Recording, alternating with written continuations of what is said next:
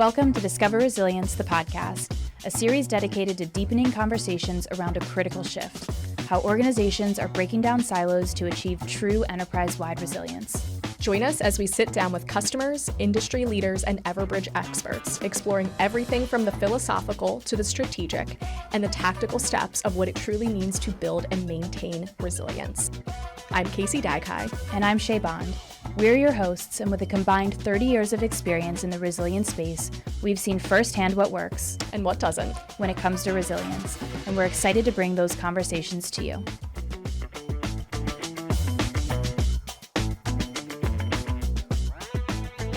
Really excited because we are officially in fall, which is my favorite time of year. There's lots to enjoy about fall for me. It is the foliage, it's the pumpkin spice.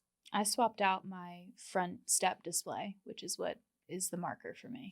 Yeah, for sure. And then Halloween, which is my favorite holiday of the year. I'm really big into spooky season. But another thing that I have been enjoying, which is probably going to come to a shock to you, is I'm getting into the sports. Yeah, so that's a new thing. I did decide a couple years ago that it was probably about time for me to start watching sports. Don't know what propelled me to do this. My blood pressure's elevated a little Should bit. we get a medical professional? Just kind of sitting in the background. Jim, do you have any medical background? No? Or sports background, none. Oh, great. Well, this is going to be a really fun conversation for the both of you. But so, okay, living in Philly, right? Living outside of Philly, this is the best city to actually enjoy sports. And so I felt like I was really missing out on something. So a couple years ago, I started watching the Eagles. I started watching football. And I actually used to know football because in high school, I used to manage our football team, which is how I got started in enjoying data. I used to have to write down all the plays. We used to have to go back and review which plays worked and which plays didn't. Anyway, so kind of have a little bit of background about football. Eagles won an absolutely stellar game on Sunday. I did hear that. Truly stellar. I mean, one of those, games where we were literally in the final 3 seconds, we were about to lose. They're going to lose. And our defensive tackle shut down the kick and I have no clue ran 60 yards. A defensive tackle. I mean, they're not supposed to be doing that. Ran 60 yards for a touchdown to win the whole thing. The restaurant that I was at all just uproar, and I feel good about my decision. I really do. It feels like I'm part of something. And like I said, Philly is the best place to kind of lean into the sports thing. And you look terrified. Look, I don't really know how you would like me to respond to this.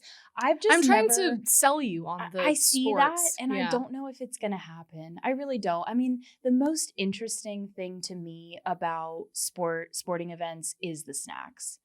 That's the most interesting thing to me about a sporting event. The only way you're getting me to a sporting event is if there's buffalo chicken dip involved. Well, yeah, I mean, look, that's 50% of the reason why I started watching football, period, right? Chili, buffalo chicken, queso, chips and queso. I mean, that's really all I need.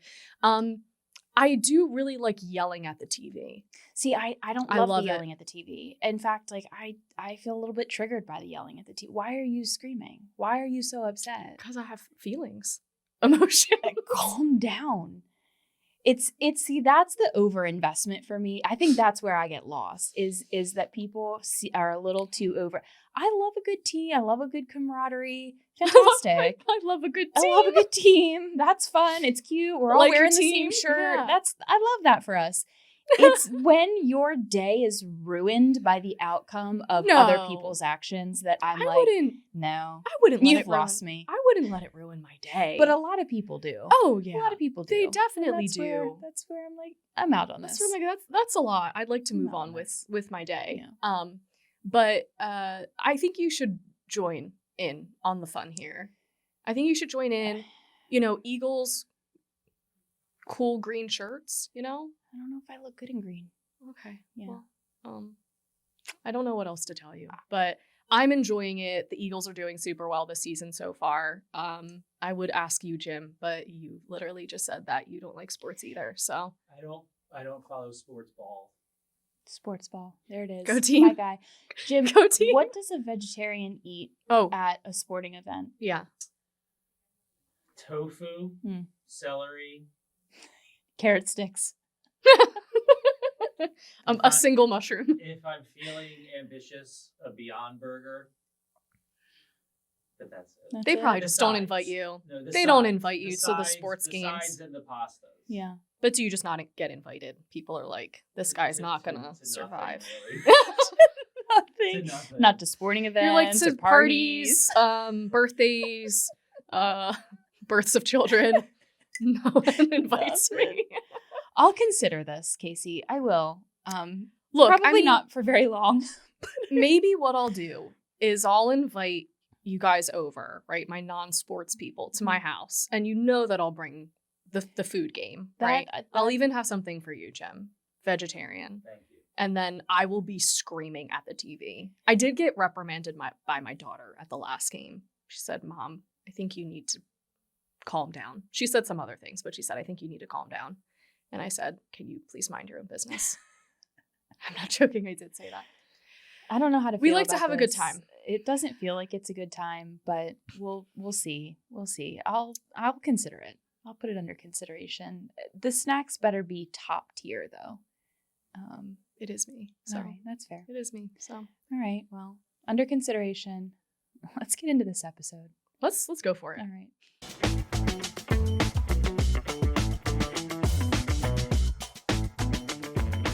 All right. Well, welcome, y'all. We're going to go ahead and get started today. We are very excited about our guest for today's episode. James Podlucky is a senior product manager at Everbridge who brings a unique perspective to our conversation here today. With over 5 years at Everbridge, James has been building products for emergency management professionals while also a former certified emergency manager, previously working in various regions, including the state of Florida and the National Capital Region. Now leading our communications product, James has been innovating how users send notifications through our platform, transforming critical communication workflows. When he's not reimagining emergency communications, James lives in Bradenton, Florida with his wife Sam and their 2 daughters, Olivia and Sienna. You'll find him experimenting in the kitchen, out on the golf course, or as of late, glued to the TV, hoping the Red Sox can pull off a playoff run, as a lot of sports fans are doing at this point in time. So, James, welcome. We're happy to have you here today. Yeah, thank you for having me. Yeah, we're excited to have you, James. Thanks so much. One of the things we like to do for each episode is get to know our guest a little bit more. So we wanted to do our resilience, our rapid fire resilience intro with you. It's a this or that style intro. So we're just going to I'm going to ask you a couple of this or that style, quick response, one answer, no pressure. There's no wrong answers. So are you ready? Yes. Okay, here we go. Phone call or email? Phone call. Phone call. Early bird or night owl? Early bird. Disagree, but it's fine. Coffee or tea? Coffee, definitely. That is correct. That's a win. Yeah. Mountains or the beach? The beach. Nice. Work from home or in the office? Work from home. Okay. Spreadsheets or presentations? Spreadsheets. Oof. Okay. All right. Agree to disagree. Team lunch or happy hour? Happy hour. Tacos or pizza? Oof. Tacos. Yeah, that's fair. An impossible question, really. We like to end that series with just a question that will, make you think hard. Yeah. That's a tough call. So Awesome. Well, thanks for playing along with us. We are going to talk a lot today about the importance of collaboration during crisis. And you are a great person to be able to talk to about this. You have a ton of experience in the emergency management space, which makes you really a great individual to speak with about not only your experience in your years of being an emergency management professional, but we'll get a little bit later to how that has impacted your ability to bring your expertise into Everbridge as a product manager, which is a really cool career journey there. So in your experience in, being an incident commander in a past life, obviously that requires really clear, concise, calm levels of communication. But when it comes to the collaboration piece, tell us, like, in your opinion, why is the collaboration part during these really high stress incidents, why is it so important for the message that you're trying to deliver, and more importantly, people safety? So dealing with a lot of emergencies, I think every at least incident that I've dealt with, I've had a lot of stress, like managing them. And when we look at collaboration and emergencies, there's really no single person that's ever going to have the full picture. I mean, we had individuals that like their sole responsibility was to obtain information from a bunch of different stakeholders that were managing the incident and try to push that information out to others so they kind of had that common operating picture and knew what was going on. But when we look at those high stress situations, it really shrinks our ability to process any type of information. And then we look at the collaboration piece of it, it really helps expand it. So that's why it's so key, is because I think we've heard the term like silence kills. Like if we don't have people that feel safe enough to speak up and kind of explain like what's happening, especially during an incident when there's critical details that need to be communicated. It can really, those details will eventually get lost because they're not being communicated on. No one's collaborating efficiently. And then the entire operations can unfortunately unravel at that point if no one really understands those critical details that are happening. So there's going to be stress, throughout pretty much every incident. There's even stress when we look at, preparing for the incident. If it's a planned event, like we've planned for inaugurations, that's something that's not stressful. But when we look at when we get into the actual incident, it's not going to go as planned. There will be stress involved, and communicating with others and collaborating with others is key to kind of eliminate that stress. Yeah, that makes sense. What would you say are some of the most common pain points that either are your lived experience or things that you've observed as you've experienced or as you've been involved in managing incidents? Yeah, so some common points of failure, I think one would be information bottlenecks. Like I mentioned, just like when those critical details, like you have that high stress situation, those critical details don't reach the right people fast enough. I think in today's world with technology and social media and just like how information is being shared, I think we expect that we should know everything very, very quickly, Yeah. and then try to relate that into an emergency operations center where you're trying to look at and like compare, what's factual versus what's rumors, and being able to kind of share that information out. That information has to get out to the right people. So if it's not, that's a big point of failure there. Then we also have there's role confusion. So for instance, like if, when you have like your boundaries kind of blur, you have, people assuming that the other person has it covered.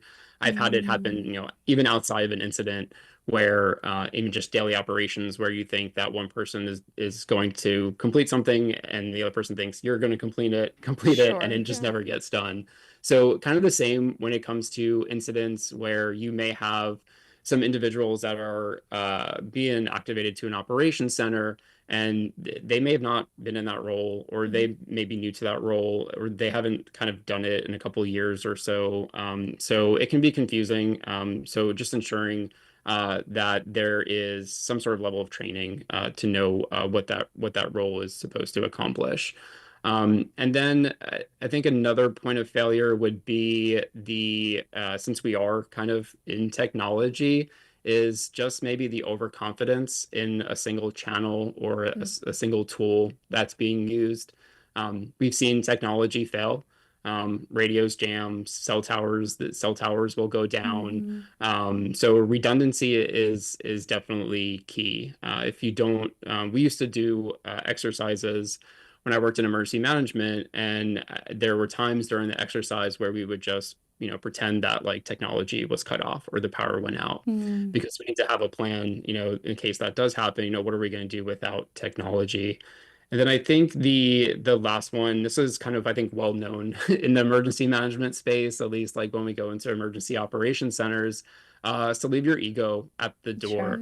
Sure. We have ego versus the mission at hand. And then if we have leaders who are prioritizing basically control over collaboration, Sure. that's often going to slow the response down. And then eventually I think it would just create more risk for others when managing an incident. The first thing that came to mind when you said role confusion was a RACI, because I love a RACI chart.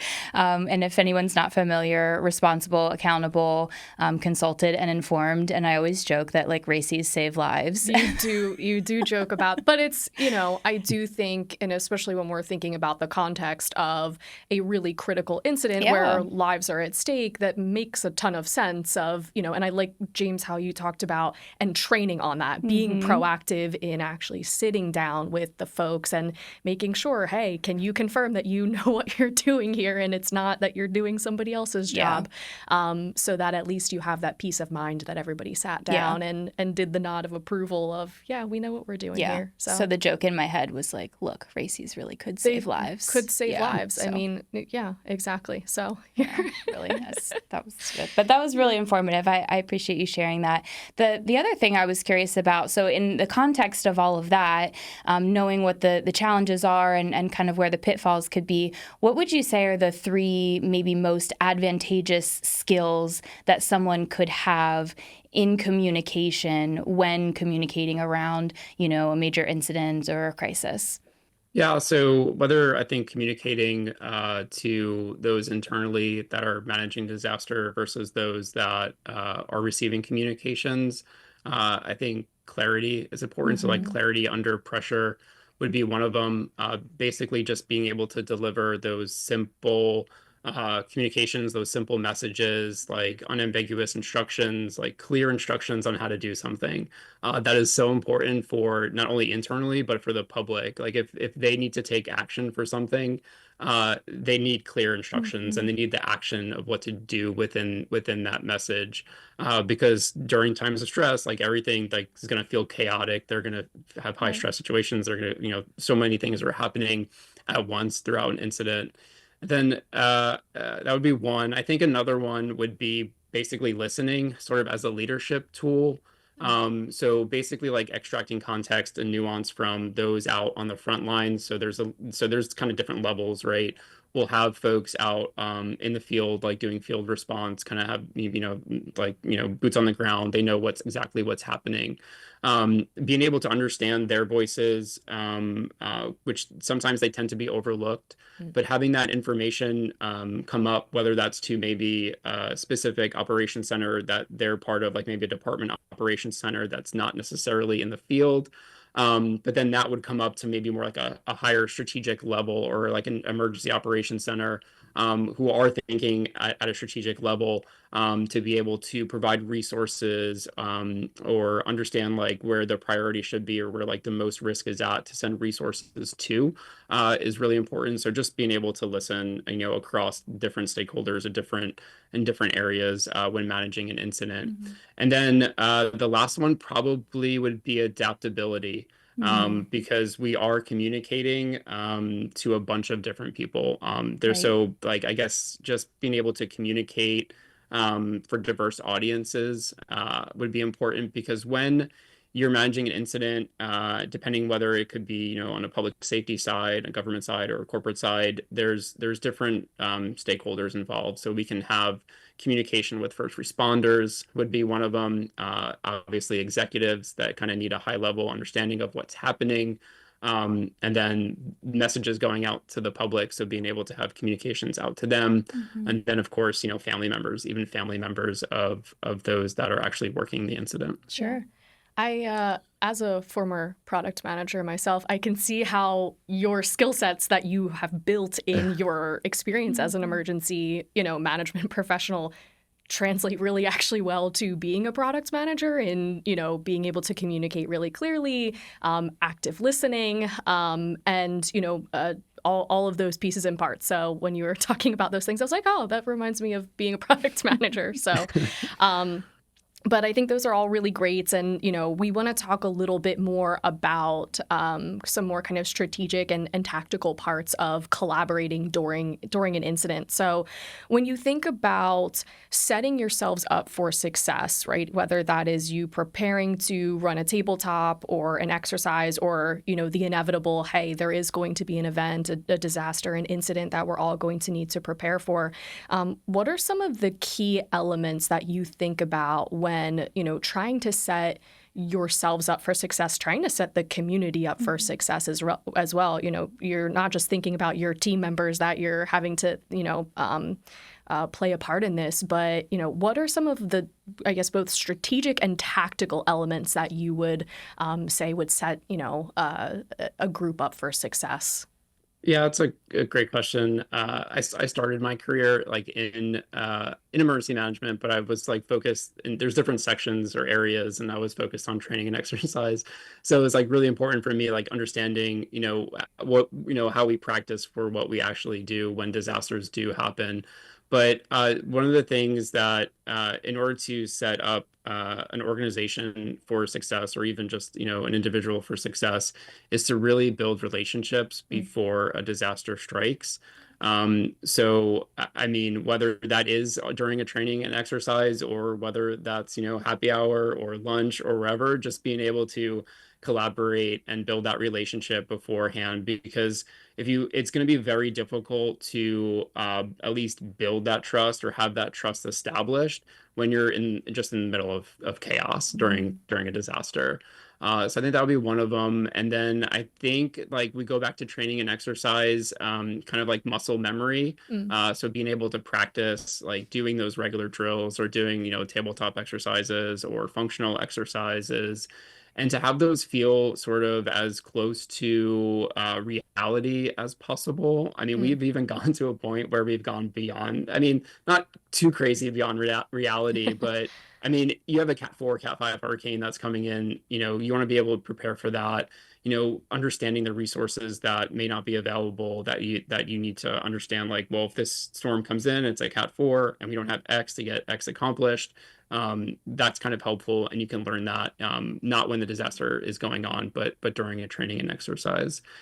And then I guess last one would be like being able to have aligned or shared language, really. So like if you have sort of any misinterpretation during like a real world event, not even just an exercise, but during a real world incident, can waste like those precious seconds. Like even when we look at it from like a technology standpoint, looking about how we can communicate much simpler, or within the tech itself, but like the process and the outline for someone to come in and go in and to launch a communication, or to do like any task or anything like that within an incident management platform, should really be kind of like the language should be kind of similar, and the flow should be kind of simple, because they're dealing with so much stress outside of the tech, that the tech needs to be a lot easier to use than others. Right. I mean, I like the idea of simplifying. I think they're in high crisis situations, there's so much that somebody can interpret in their own way. And so to kind of remove as much of that potential of having someone look at a message or receive something and not know what to do, to your point, just kind of gets to the goal a little bit more quickly, understanding where people are people safe, getting you closer to kind of the recovery component of it all.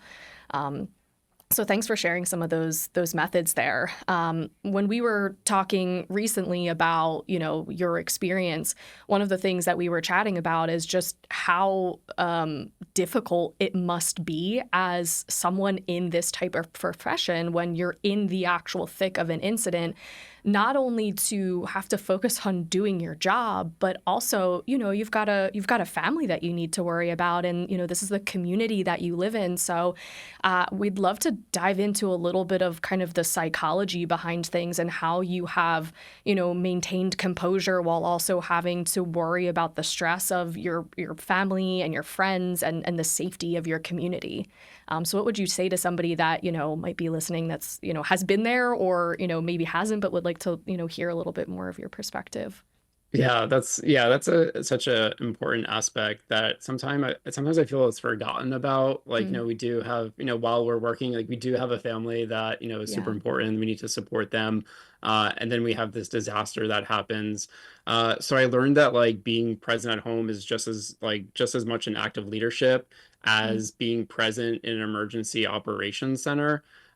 So like, I've had times where I was in an operations center and at times you do get sort of locked down. Like you can't leave the operations center. If you have a storm that's coming or any other type of incident, for some reason you may be locked down in there for a day or 2 days. And then you have to understand, like, at the time during a previous incident that I worked, evacuations, like, is you worried about not only your family, but like your home. Like, is your home going to be okay?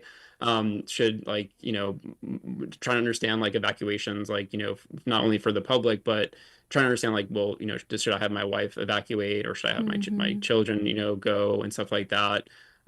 So I think we, as leaders, we need to like kind of normalize talking about those personal impacts.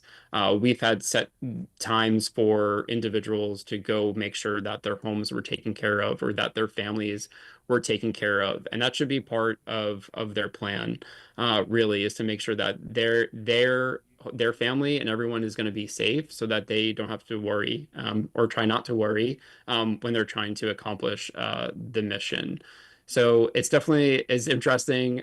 So like the years ago when I was managing disasters and having to worry about that, and then now it's like, transitioning over to product management. I'm not in an operations center anymore.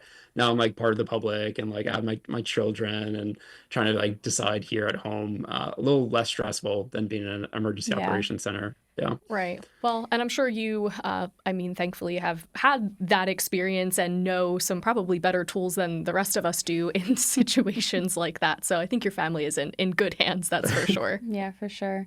I was reflecting on this just conceptually, like how my experience or what I have experienced that kind of resonated. And I've, not been in emergency management. I've never managed an incident, but I was thinking about as a senior leader, how I have had to, manage communications around maybe like a high impact situation or sensitive information.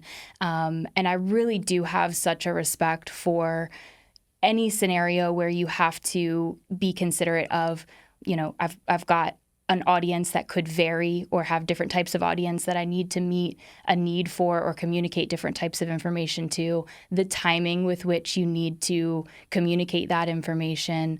And again, some of the times the sensitivity that comes with that. And there is such a combination of both speed and timing and precision that comes together that it really is and can be like kind of an art and a science at the same time. And so, to hear you talk about that stress and that high intensity, and then you also layer in the stress of what you have at home and how you're thinking about your family, like that really is very eye-opening and does put into perspective the challenge that, emergency management and incident commanders have to have to live with. So that's some really insightful stuff. I wanted to ask you about the technology side, because you did mention that there at the tail end. When it comes to technology, obviously we lean into technology for, the speed and efficiency with which we communicate. What would you say is important to lean into from a technology perspective? And what should we be using technology for when it comes to communications? And is there anything that you would say we should avoid technology for? So yeah, technology is a huge piece of managing, different types of disasters, and we're just seeing how technology is continuing to evolve, especially with artificial intelligence. But just like for the use of tech, I think it's extremely helpful. While it shouldn't be the sole thing that we rely on, but we should use it for like speed, right? We definitely get a lot of things done faster with technology, with reach, being able to communicate to, millions of people with technology is super important. If we didn't have it, like, how would we be able to get that message out? Mhm. And then documentation, I think it's helpful for, being able to document a lot of the actions that were taken and things for like a lessons learned for like after the disaster occurs. So yeah, I would use it, for speed, reach, and documentation, and then I would avoid relying on tech for like emotional intelligence. Mhm. So I don't think technology can replace like empathy or tone or Yeah. like, trust, though like you can go like if you are using AI and certain models, like you can be like, oh, change, like you can write a sentence and like change the tone to, something specific. But it's really like, I'm not there yet, but I just, I would avoid using it for like anything Mhm. around like emotional intelligence or Mhm. anything like that. And then I think like we talked about exercises and stuff, but like having an over reliance on tools can really create for like, creates fragility really, Mhm. because when we look at, resilience, I think because, we talk about resilience a lot, and I think when you have resilience and what it means is really just being able to operate without them when needed. Like when you talk about like when I talked about being able to, or when we like turned off the tech and like just said stop, like we can't use technology to manage a disaster, from an exercise standpoint. How resilient are you and your Mhm. organization to get those tasks done that would typically do with technology. So yeah, I think, it's very helpful to have technology, but we also have to think what happens when we don't have it if we have a Sure. really bad disaster. Yeah. Yeah, and you make a really good point too that to exactly to your point, we rely on technology so much to exist, but there have been many of incidents this year that have caused major power Yeah. outages and have left people stranded without, not only access to their phones, but without access to traffic signals or Mhm. things within the infrastructure of the community. So to your point, it is still really important to kind of test those things out and see what would you do to kind of get back to the, hey, at the core of all of this, what are we still going to do at the end of the day if we can't take these tools Mhm. into play here. So as we kind of talked about a little bit in the beginning, I think your career is so interesting in the sense that you talk the talk, you walk the walk as an incident commander, and then you decided to bring that skill set to Everbridge, which we're all very grateful for, obviously. But give us a little bit of insight into any lessons learned that you took from your experience during those days that you thought were really important to bring into your role as a product manager specific to the communications products here at Everbridge.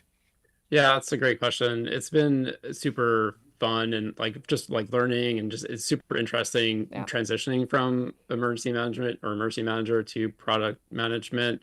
Because I do have like the passion for the technology that we use during disasters. It's kind of why I'm here today, like doing what I do, right? I love it. I love being able to simplify products and technology for emergency managers because I've kind of experienced it. I've been through the pain points and been through that Mhm. battle of, wishing something did, Yeah. something else to make it easier for me.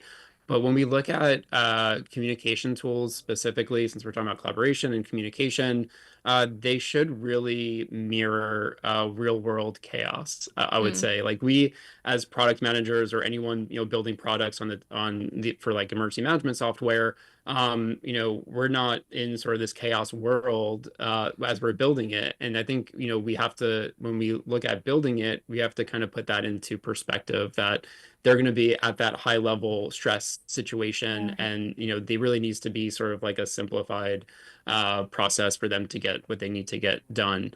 But then like we look at interoperability is important. And we talked about redundancy Mhm. and just like having like simplicity. I don't know I would say like simplicity matters more than the features that are being asked for. If the features can bring simplicity, that's great. But if we like have so many features within a certain product, it can get very complicated, and then we're losing that sort of, you know, easy workflow to get what we done, or get what we needed to get done.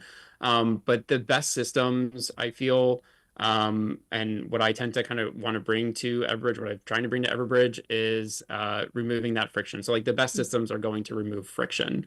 And we do that because the leaders can now focus on decisions rather than having to manage tools, right? We don't want to be in an incident and having to manage, you know, and be frustrated with tools. We want them just to, you know, be able to understand the workflows, like use it for assistance and guidance to help us get what we need to get done, to communicate. We don't want to be like buried in it, right? We need to go back to collaboration. And I know there's collaboration tools out there, like COVID hit and we were like, well, we used to collaborate, you know, in person all the time. And now it's like, well, how do we collaborate remotely? And that was something that was huge. And collaboration tools came out to try to, you know, best do we collaborate remotely? And emergency operations centers, emergency managers had to do that same thing if they couldn't be activated in real world into an EOC. So I think the technology the technology is going to succeed when it elevates the human decision making, not when it's going to try to replace it. A lot of folks think, you know, AI is coming, it's going to replace my role or my position. But honestly, it's going to elevate it, but it's not, but you are the subject matter expert in what you do. You can use it to get things done faster and quicker, or as assistance or as guidance. But ultimately, the technology it's going to succeed, but it needs to you're that decision maker. You know what to do, and just kind of use it as like a tool or an assistant. Yeah. I like the idea of, you know, having the technology just kind of be like a tool in your back pocket. But at the end of the day, you as the individual that's responsible, right? Like you have gut instinct, you have experience, and some of those other pieces of technology can just not replace that or shouldn't, you know? Yeah. I mean, we've talked a lot about this topic. I feel like AI is such a topic of conversation. And the thing that I come back to time and time again is that AI should make your life easier. It should operationalize the parts of your job that you shouldn't be spending your time doing, and allow you to lean into the parts where you can ideate, where you can, you know, continue to expand upon, and you know, that it should operationalize the parts that it can, and that's where it can be assistive. Yeah, absolutely.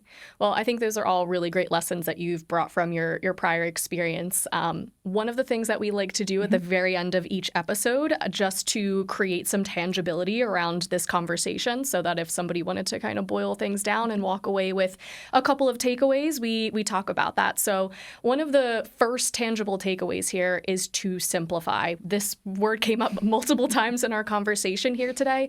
And I do think that given the context, or given what we are talking about here, not only the urgency of incidents, the impact of incidents, the potential there being an impact to life safety, I think a lot of people maybe overthink that, or they want to over-engineer what we need to do as part of it. But James, I think your perspective of just simplify, like strip things back. And I think this isn't just obviously applicable in emergency management, but it's applicable in our day-to-day lives. Sure. I mean, think about the way that we communicate. And I think, you know, in best intentions, a lot of folks want to over communicate or provide maybe too much, or, you know, detail that isn't necessary. But streamlining that, pulling that back to just what is the actual message that you're trying to send? What do you need other people to understand is kind of first takeaway there.